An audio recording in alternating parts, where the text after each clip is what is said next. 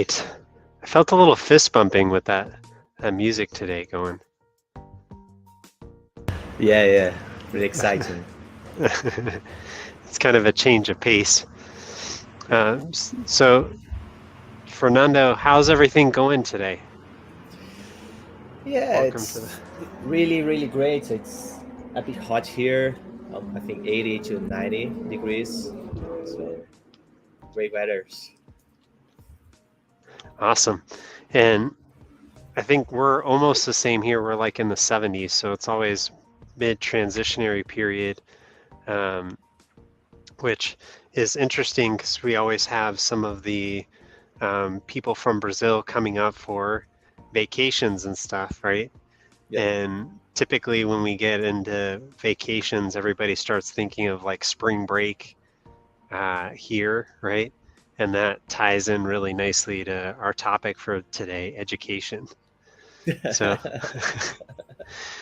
I always bring it back full circle, man. You should know some of that's going to come around. Yeah. So welcome everyone to Transform Tuesdays. My name's Andrew Kim, and then we have Fernando Vizcaino here today. Yeah. We're going to be going through some different data transformation workflows. This is a show talking about data transformation in general and how that applies to the world in which we work on a regular basis. And we will be discussing different analytics platforms. Today I've got a NIME workflow. Fernando, what kind of workflow do you have today? I have an Alteryx workflow. Always Alteryx, actually. Always Alteryx. Nice. Yeah, let's go ahead and I'm going to share my screen and we'll go ahead and dive into this first workflow here. So when we're taking a look at this one, we're going to go through our normal questions here today, right? So what is it that we like about this particular workflow? So ironically, this one's about data cleansing in general. And when we talk about data cleansing within the education space, a lot of that stems around things like location information. Maybe there's things like birthdays. That's really important in terms of education, right? Because that may dictate what grade the student is in, etc. And we could kind of track some of those different things, right? And then the other portion that we look at is geography, right? So when we're looking at geography, how is it that when we're looking at these, maybe it's, in this case, it's countries, in other cases, it could be counties. How does that relate to students overall? And when we look at this, right, you've got students' information coming in from two different systems. And then as always, these are like little macros or nodes that expand within NIME. What I like about this one is it's really pulling in, this is actually another one that's a macro that's multi-use, right? That's doing customer information or even student information. And then it's essentially just concatenating that information and it's adding in duplicates if the columns are duplicated, right? Or the rows are, and then it's also choosing how to store the data, whether that's caching in this instance. And then what I do like about this is there's even an overview in regards to some of the data exploration, right? So understanding similar to what you see in Alteryx in regards to the validation tools, etc., or data investigation tools, it helps you understand some of that information, right? So when we start looking at this, what I like here is I like the fact that we're going in this case, we're trying to do some charting in relation to the age groups. So when we're discussing, in this instance, student data, we're just trying to clean it up in the beginning. So like if you're looking at historical data and education, there may be a lot of it that's related now to streaming platforms, right? So hey, are we getting enough attendance in our Zoom classroom, or is it all virtual? Sorry, not virtual, or is it all switching back to in person? And then when we look at that, right, is there hybrid components that we need to be aware of with students? So we can look at that and break it down by age groups. So maybe we look at in the future, there's actually the high school demographic. Are they the ideal ones who should be maybe learning from home? Or is this something that should be more at the younger grade levels? I mean, that's a great question. So as we kind of look at some of this data and just try and understand like what's clear here, right? So you've got name cleansing that's kind of happening here. And then you've even got some things which are meant to autocorrect mistakes, and then even look for nearest neighbors in terms of whether those are IDs, etc. here. And it just allows for that to run a little bit cleaner. And you can see here, like it's even going to tell you some of these nodes are broken. And then for ages, right? This is great because what it allows you to do is essentially come in here and factor in some of the missing ages. So in this case, I'm basically saying, hey, if it's a string, do nothing, right? Or maybe we can do most frequent value. In some cases, we may not want the age to be factored in there. And then let's say for whatever reason, there's duplicate students, maybe they transferred classrooms, etc. And we want a unique count at a school or maybe a county level. We could kind of see that over time. Yeah, actually, this is my first time seeing a KNIME workflow. I think maybe 5 years ago, I tried downloading and using similar to Alteryx. So let me check how is my first impression related to this tool. I did the same with Alteryx. With Alteryx, the first thing I tried doing is to sum data. I used a formula to sum, and it didn't work. Use the sum function, so it was not easy for the first time, for first impression. And related to KNIME, the first thing I tried doing is filtering data. And if I remember, and if I'm not mistaken,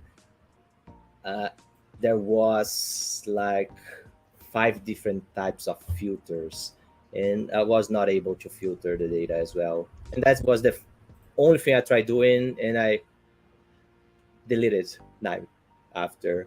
So it's great to see something working there. Yeah, and when we look at that, I mean, I think when we're looking at data transformation, there's those base tools or the like favorites tools, right, that everybody kind of focuses on. And it's always interesting to see different approaches in relation to that. So you have one approach really, which is, hey, this filter filters anything, right, any type of data, etc. And then what you see here in KNIME, which is kind of interesting, is what is it that we're trying to filter, right? And then basically there's a tool for each one of those. So like a duplicate filter, you have like row splitting, row-based filters, right? Or even a column-based filter. It's just interesting to kind of see the different approaches. So it's way more than 5 different filters there. So that's why I think I chose the hardest thing to do in KNIME. One thing that I found very interesting is that you were able to click on the input data there, and you have full configurations to the file, right? So student information, you have other tools inside as well. Yeah, so if you looked at this, right, I could come in here and do that same inputting of data. And when we talk about that, honestly, that's the hardest part to get used to with any platform, right, is how do you enter the data in? And sometimes in this case, it's a file, right, where maybe you're browsing, right? And then again, where does it read from? So this is almost like what you see within other platforms, relative, UNC, absolute. It's all the same here, right? There's just a slightly different naming convention. What's interesting is it's doing it relative, and it's saying basically to what, right? Or I could do the mount point. Okay, it's local, it's in my temp space, it's in my hub, right? It's in examples. So it's kind of interesting to see different approaches for how different software platforms handle it. Yeah, it seems like have more options there than Alteryx. Is that correct? A correct assumption? Because I'm seeing a lot of different tabs there. Uh, a lot of things that I cannot read from here. You have encoding, flow variables.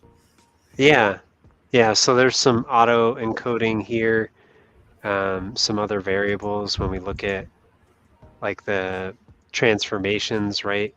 You can set up those rules. There's advanced settings for trimming white space around quotes. You have table specifications in terms of pulling data in. I mean, this is pretty intense in regards to some of what you're doing. Some of these settings, like if you look at it, right, are common, like even to Alteryx, hey, you're going to skip first number of rows. It's just how it's set up. So like that's all in one menu. This has a couple different tabs to kind of break out how you're handling that. Okay. So yeah, that's. This is still my favorite though, just so we're clear. You can literally choose on individual tools. Do you want it to cache in memory or do you want it to write to the disk? This is amazing, actually. Yeah. So pretty cool stuff. And so that's one of the ones that I had here, which is pretty simple. So again, how do you kind of clean up information in relation to education? And a lot of that is basically just around names, addresses, etc. Right? And then when we kind of look at this, right, another one that I want to show is similar, and that's when we're talking about like meetings or attendance, right? This was actually one that I found that was just a solution. Actually, this was Joshua Brokow who responded to this, who's a former ACE. And what's interesting about this workflow is it's talking about meeting attendees, right? And then who overall was in the meeting. And maybe you have these listed out. So it could literally be just like classroom attendees, right? Or students in the classroom. And when we look at these, we may want to know, hey, which students can we mix up or jumble up in these classes, right? So there's software literally related to classroom assignment that's built out. But if you just had Alteryx, right, how can you kind of jumble that up? Or let's even say for creating teams, you can create randomizers using these platforms to accomplish that. And you can use the random sample, right? And then even just the randomization within the formula tool to assign numbers to people, and then essentially group those individuals together. So this one was pretty cool. And when I look at this, right, so I like how simple it is. Literally, you can see here's all the individuals that were attendees. You pivot that data, so now it essentially looks like it came in a JSON format, right? We're just going to sort that. We're going to assign whether there was a meeting conflict or not, which could be classroom attendance, right? And then we concatenate who has a particular conflict with this meeting, and then when is the best meeting time for this, or maybe it's a classroom schedule, right? So when should we have PE, like physical education or music? Is there a best time to kind of do this to allow for individuals maybe at a particular grade level or classroom setting to kind of make that successful? So I think the only thing that this kind of does that is this was just kind of a quick solution, right? If I were looking at this, I'd want to know, hey, when are those meeting times? Either where there's a conflict or where is the perfect opportunity, kind of like the platform that we use called Calendly, right? So that platform literally allows us to figure out, hey, this is the best time when all of us can kind of collaborate together and we can assign those meeting opportunities. So, and then if you were sharing some of these insights, Fernando, like what's some of the things that you would want to do if you were sharing with someone else, like information related to either best class schedules for school? Like, how would you want to share some of that data? What do you mean? So like if, let's say you're a student, right?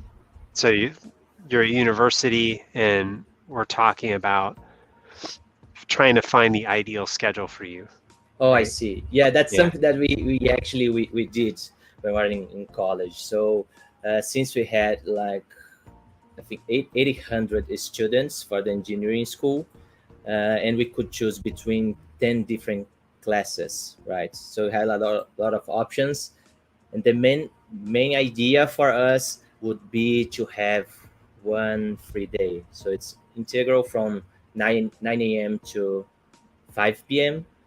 and we're trying to gather as many friends as we could in the same class, right? Nice. So only one would need to attend the class I thought and you were share going to all the say do the knowledge. homework or something. Yeah, but that's also the idea. So, but also for us to have like Friday free for us to do anything else. So that would be not ideal, right? But that would be what I would try doing uh, with those schedules. So that's Nice. really hard since we had like 20, I think 10 or 15 different classes that we need to choose for us to get the best schedule and to have one free day. It's like an optimization problem, Mm, right? It took us like 2 weeks to decide the best way.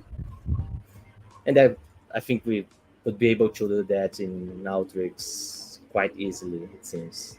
Now that I have all the experience, all the knowledge, back then I didn't even know how to use Excel actually. So so now it's like coming yeah, full circle, right? yeah, but it's too late for that, right? Yeah, I think unless you want to go back to school, you want to go back for your doctorate or something, Fernando? No, no. Yeah, The it's only thing always I'm studying right now is chess, and I'm only just, interested in that actually. ooh. So speaking of new moves, right? Because like you've got me thinking of like the Queen's Gambit now, right? Where we're just trying to figure out different ways in which people approach learning. So when we discuss that, you have some interesting thoughts on how education is kind of getting reshaped with communities. Do you want to show us the workflow that you have Yeah, in mind for sure. this? Yeah, sure. So the idea here is, of course, when we think about education, we always start thinking about college, about books, and we don't think about YouTube videos, for example, or even communities. So here, what I'm doing this workflow is basically getting all the information from the Alteryx community. And the idea there, I have actually two different ideas with this workflow. The first one's for me to know uh, how much or how many posts or how well I'm collaborating there, how many posts, how many replies, how many solutions I have. As Hmm. an ace, I need to always measure that. But also, I'm interested in knowing what are the most current questions, most what the people has more difficult with, and Hmm. that's why I created this workflow, right? Of course, it was not easy to develop. I first tried web scraping, and I had no idea that we had like APIs created for this process. So here, actually, my top left, I have the reference here for anyone that's trying to download things from the community. For a lot of them, I'm not sure what actually Chorus is, but for many different communities, it's all based on these APIs. Not sure if you know that, Andrew King, something related to Chorus, but we have a lot of different communities based on this API of this structure. Actually, I have no idea what I'm Of saying right course. now. But the idea Yeah. there is that, and I can show here. So we have all the APIs, and I can basically download everything from the community: posts, Wow. users, likes. solutions, and that's what I am to do here. That's really cool. Yeah. And I think when we talk about that, right, a lot of people focus heavily on certifications, etc., right? So when we're talking about education in general, we look at degrees. And I think as we talk about education, like even working with different publishers, right? They have badges like through Credly, etc. That's starting to become a way of measuring those small incremental gains that we have in regards to education, right? Yeah. So I like this because what we get to see here is essentially that growth of how can we measure things at smaller levels, right? So be more like maybe some of the publishing companies, or are they doing everything that we want in terms of measuring so we can adapt? And if you're in the teaching space, right, you may want to understand, hey, is the way in which I'm delivering this information effective? So it could be as simple as a little quiz, right? Um, Yeah. or it could be participation, so responding to questions or responding to other people. Those things can be helpful. And that kind of goes back to what you're talking about, maybe a specific topic or something. I'm thinking like if you're in math class or something, chess club, right, in education space. So if people keep asking about maybe how to castle, right, you may want to do a Yeah. whole session on just that, uh, or um, what some of the best moves for essentially trapping the queen in chess, right? So yeah. You seem like you know a little bit about chess. Not sure how much. Would be great to play with you. Okay. Yeah, we're gonna have to But do that. yes. So one thing that's very important here, of course, it's a selfish reason for me to create this workflow. The idea here is, of course, let me check what are the most important questions or the most viewed posts. Because the idea here, of course, since we are creating a lot of content to YouTube, it's Mm. better for me to publish things that the users are interested in. If my main goal is to be a famous YouTuber, for example. If I want to gather more views, then I need to create content related to what's really important.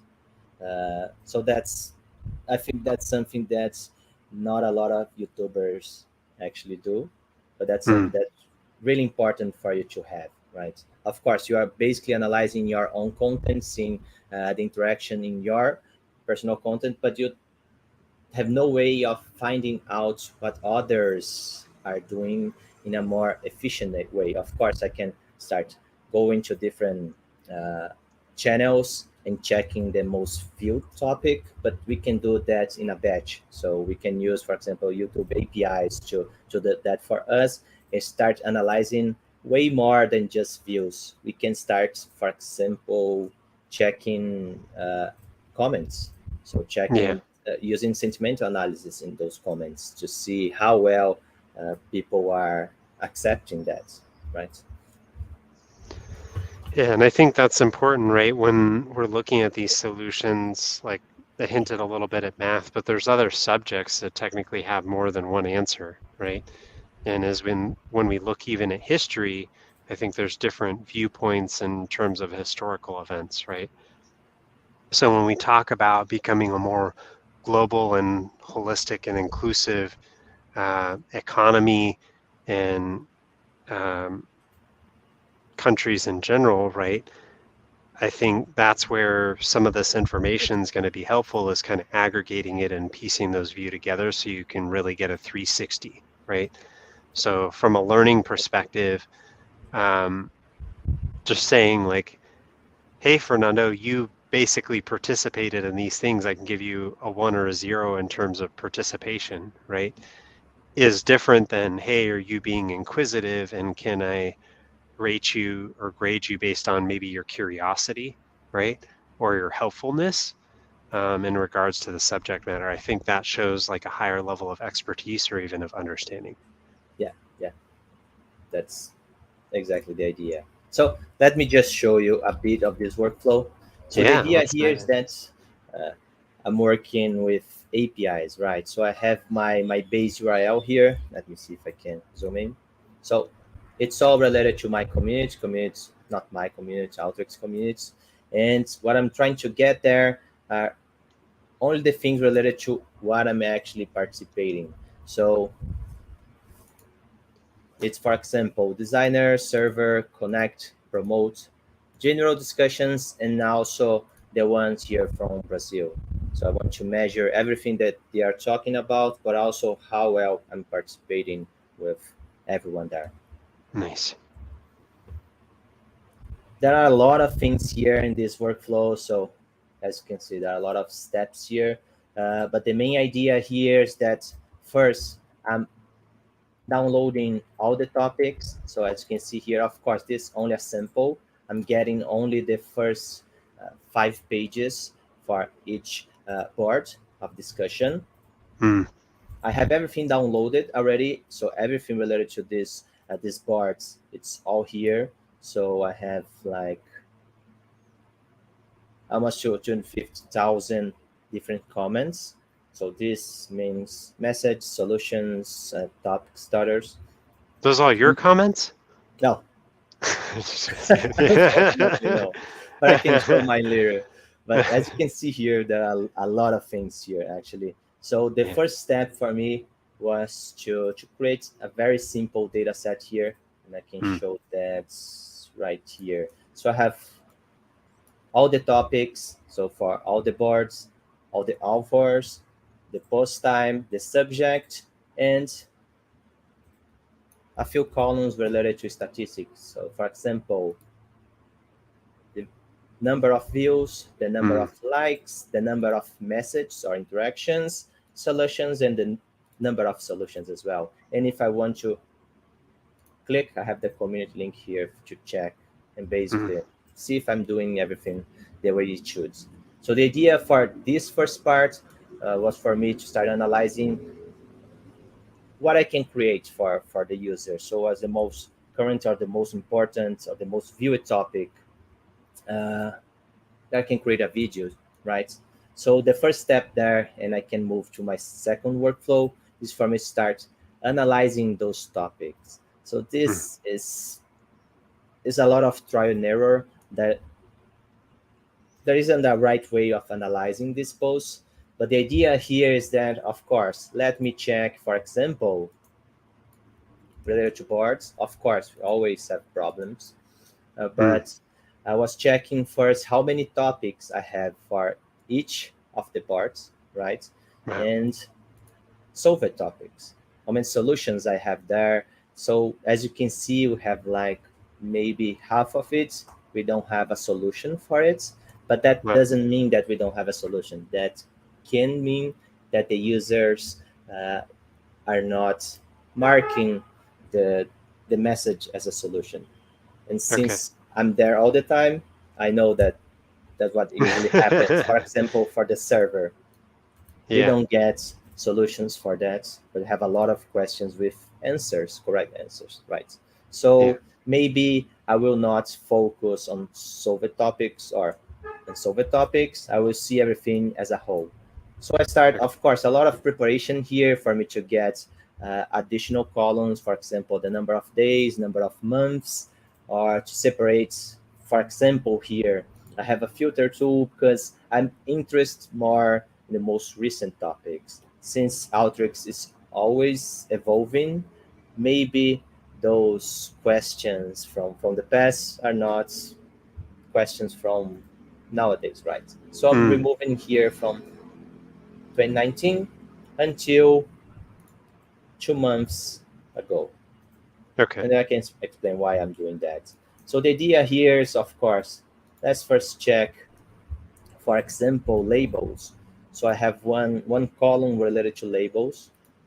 Hmm. This all included by users, so that's not bulletproof. You can include as many labels as you want, and that Hmm. doesn't mean since you are you need to include at least one label. Maybe there are a lot of nonsense here, so not sure if we can use that. But what I can see here is that we have a lot of interest, a lot of questions related to data sets, right? Okay. A lot of questions related to workflow, but that doesn't make a lot of sense because Alteryx, it's all workflows. Everything's workflows. Yeah, and you have questions related to database connection. Have a lot of things related to data sets and database connections. So maybe that's a common problem, a common error when how to handle a driver or something like that. As well as batch macros, apps, there are very common topics, and a lot of questions related to that. So maybe we need to create something related to that, right? Yeah. And I start sorting things out here. So for example, let me check in here. All right. The first thing I was trying to do, all related to rage, so views per day. So that's what I was trying to do, and that's why I removed the first 2 months. Because for the first day, for example, the first 3 days, you get a lot of views. Yeah. So I'm removing all of that to keep my rate more stable, right? And of course, here it's all I need to do this all manually, but I'm checking, for example, a lot of issues related to concatenate, and we have like a rate of 50 views per day, only related to concatenate data. It's a very simple topic, but if we had a video related to that, I think it would be great for the end users. Deleting rows, so there are a lot of different things here that we can do, but of course this all manual, and we can try doing that in a more dynamic or automatic way, right? So what I did here, of course, this very simple, but I was trying to use text mining to analyze my data, right? So of course, first I start by pre-processing my data. So here I think it's lemmatization, right? Yeah, lemmatization. All right. And I start removing all the most current words. So I don't want to see anything related to Alteryx, to this word specifically. And I was including some words here that doesn't really matter for my analysis, right? And of No course, gallery?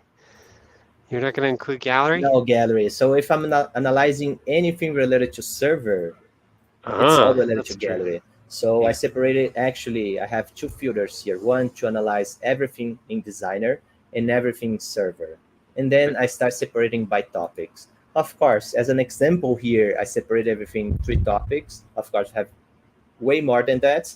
But the idea is for me to try finding anything that I could start working with. So I separated into 3 different topics. Of course, I didn't validate everything, so I have a lot of similar words in all of them. But for example, here I can see it's very basic, but as you can see, it seems like basic problems. So it would be great for us to start having more basic videos related to this type of process. As we all know, we have a lot of Excel users working in Alteryx, so maybe that's a great topic for us to have a lot of different, very basic videos. And that's what I was aiming for. Of course, inputs, output, file, error, workflow, Excel, value. So things like basic questions related to Excel data prep, right? Exactly. And then, of course, since I didn't have a lot of time to analyze the data, as you can see, we have all um, the same words here. But that means that maybe we have a lot of issues related to this. So this is, of course, I have to find ways of separating this in a better way. And of course, we can do that with this topic modeling tool to increase the difference between words, between word clouds. Yeah. And once again, Excel. So maybe, of course, the first impression here is that I didn't do a great job of separating into topics, but maybe there's a different way of seeing that we have a lot of problem related to Excel, right? Yeah, and And I the think simple, sorry, go ahead, Kiki. when we look at this, right, the highest level topics seem to be the same, but what I see that's kind of changing is those intermediate topics, right? So like date parsing looks like it's probably an issue, right? Yeah, There's lots of questions in relation to errors and macros. And then dynamic is something that I see kind of popping up a lot. yeah, So dynamic, macro, rejects. yeah, yeah, And then of course we have for server, and then that's another word that I need to remove from. We have a lot of error, that's something that I need to remove, but we have file, output, app, and that's the first video that I actually created for data mining. Is related to working with outputs in the gallery. Since we have a lot of questions and I was able to see that, we had a lot of questions related to share folders, then that's the first one I created. And of course, we can start doing a lot of analysis here, but the idea was for me to get a sense of what I need to be working to get more interaction from the end users, or to get more views, or to get more likes. As a competitive person, I would like to be the most viewed YouTuber related to Alteryx. So that's why I'm doing things that's why like you're this. playing the chess game, right? Yeah. Figure out some different angles here. Yeah, Yeah. exactly. And I think when we talk about this, right, part of it's getting down to the root of the issue, which Emil was asking, what does the lamentize mean? And that's essentially like if we look at words in general, right? So let's take, let's see if I can find another, like this as an example, right? So if we look at this comment, and I'm hovering my mouse over this like you can see it, but if you look at this comment below, right, there's a certificates are gaining popularity, right? So the root words of those are gain and popular. That's essentially what it's doing, so that way it can tighten those around if you're using the same uh, type of words, right? It allows them to be clustered a little easier by getting to the root of the word, if that Yeah. makes sense. Yeah, I So, think I can show that here. That's a very great asset here. So we are basically simplifying for us to get all the similar words. And for example, everything related to the verb to be will be yes. always be. And that will be Mm-hmm. easier for us when you start cleaning the data. So as you can see here, for example, would be, I think I could create here, for example, uh, this is the number of words, of different words that we have Mm-hmm. after processing my data. And I could create Yeah. basically the same thing before the pre-process. And maybe I would see something 10 times higher Yeah. number of words, right? It's interesting because like with stuff like that, if you were to take a look at, let's say you were in from an education standpoint, if you were in something like a group called Toastmasters. Have you ever heard of Toastmasters before, Fernando? So Toastmasters is interesting because essentially it's like a public speaking education group. So what they want to do is help each other as a group with public speaking, right? And when we talk about public speaking, one of the things that's most common practice is actually verbal pauses. So like the uhs, the likes, whatever filler you like to put in there, right? Those aspects are things that you could kind of factor in.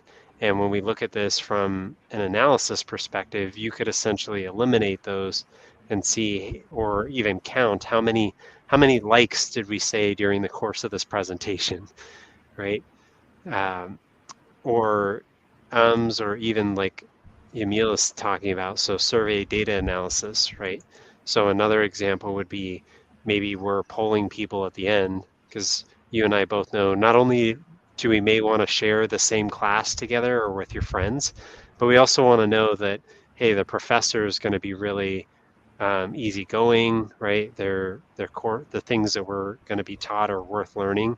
So you can see some of how surveys play into that, especially when we get to higher education, because if you're selecting your professor now, those qualitative analytics factor in, and that's almost just like your solutions, Fernando, because we may want to see, hey, not only do you want to be the one who's helping answer all the questions, he had said like, hey, I want to know that people like the things that I'm providing, right? And that's why I'm searching specifically for those things that are essentially going to provide the most value.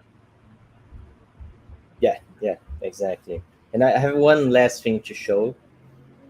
Of course, this is related to analyzing the content for me to start posting, but also I have the Yeah. second part of this workflow, and that's more related to what users are currently doing on the community. So, of course, Mm. this is for me to start checking actually how well I'm doing for my ACE quota. So, if I'm Nice. participating enough, um, and actually, it's a way of learning as well. And I always say that I actually learn more from the community than for all my years of projects in Alteryx, because you have a lot of really small things that the users are doing that we actually didn't know it was possible related to designer server. And I always say this when we talk about this kind of things. And I remember one topic we had like 7 or 8 different aces trying to provide a solution for a problem all at the same time. A lot of different workflows, and I had created one with 30 different tools, if I recall. Wow. And we had one user there, not an ace, and he was able to solve that problem with one formula tool and one function. Nice. That's why you are we are always learning, right? So we never Mm. know when we don't know something, and for us to have a bunch of people asking questions or testing that tool, that's the best way for us to start learning something. So, lastly, and this only for me to show how well I'm doing. Then I have something here on the gallery. So I'm doing that. On, I'm, I have all those workflows scheduled, right, to Nice. get the most recent data. And the last one here is this community user analyzer. So this not only for my user, this one that we have on our data mining server, but we can track all the users from the community actually. So of course I have mine here. I can filter dates, but let me just run.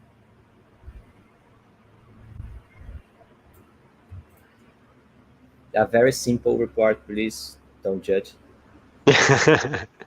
So what I have here, my username, the number of solutions, number of likes, number of replies, and also here when I'm participating. Of course, as you can see here, a lot of participation. This was related to when I was trying to become an ace. So I thought, let's try to answer more questions, do more things in the community to see if I'm able to become an ace, right? Yeah. And now, after becoming an ace, of course, I had some months here to rest a bit, to enjoy my title, and then Yeah. now it's my new normal here to always be in the community, helping others. Also, of course, I have here ways to check my most recent solutions, most liked messages to see if I want to gather more likes. That's not the case. So I can check what I actually did on that. Maybe I was more polite. Maybe I share more knowledge. That Hmm. way I can answer better everyone there. Yeah, and I think what's interesting about this as you evolve as an ace, right? Typically, the questions that we start solving tend to be harder ones, right? So there tends to be less that we're solving. So maybe as where before you were more active on designer Yeah. um, use cases, right? So that's like desktop solutions. Now you're working a little bit more on some of the larger aspects like maybe server questions, etc. And I think when we look at the volume, right, that's not necessarily indicative of complexity.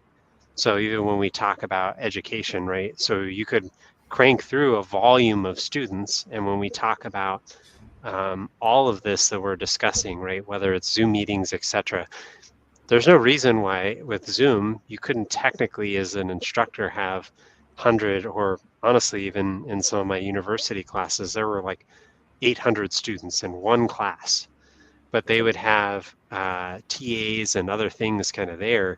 So it's interesting to see, again, kind of how this evolves and how we're going to evolve education. And what I think is interesting with that is before it would be you would have a room with an instructor who maybe had less students, right? So when we talk about having less students, that essentially is what allowed it to equate to more customization. And then now, like what you're showing is essentially, hey, based on the questions that we're seeing here today, I could actually cater the content better and still maintain just as many students, and I could be responsive rather than waiting for them to take a test to see what type of engagement they have. And when we look at that, I mean, I think that's really where the future of education is going. And you even have things like SparkED, et cetera, within the Alteryx community, as well as other communities where there's open source, right, or free assets, not only for students who are just trying to learn, but also instructors. So Yeah, yeah. And we were talking about certificates before. That's something that we did also in the community. So, but that was for us to try seeing everyone that had the advanced certificate in Alteryx. So, but that was for hiring purposes. So that was actually a big deal for us as well. So if you have your certificate, your advanced certificate, then I scrape the website to see all the users, and then for us to try contacting them. So that's yeah, yeah. that's pretty sweet. Yeah. Awesome. So I think, is there anything else that you wanted to add today for Fernando for education? Any chess tips for anyone who's joining us today? Actually, no. The only thing I would like to invite anyone. So if you want to play chess with me, that's the only thing. Hit you up on LinkedIn and Let's keep play giving some me a chess. chess hit. Yeah, I like that. That's a good call out. And I think when we're looking at this, right, I'll go ahead and post it in the chat as well. If you do want to sign up for a Transform Tuesday, feel free to go ahead and sign up via the message here in the chat. And what that'll allow you to do is you can see all the topics that we have coming up next, which next week is actually going to be Data Plus Women. So if we have any women who are joining us, or you have friends maybe who would like to speak on the topic, please feel free to sign up or encourage them to sign up so we can continue doing the show. And as always, thank you to our employer and sponsor of this platform, Data Meaning. We do plenty of training and then also change management in regards to helping people understand data transformation.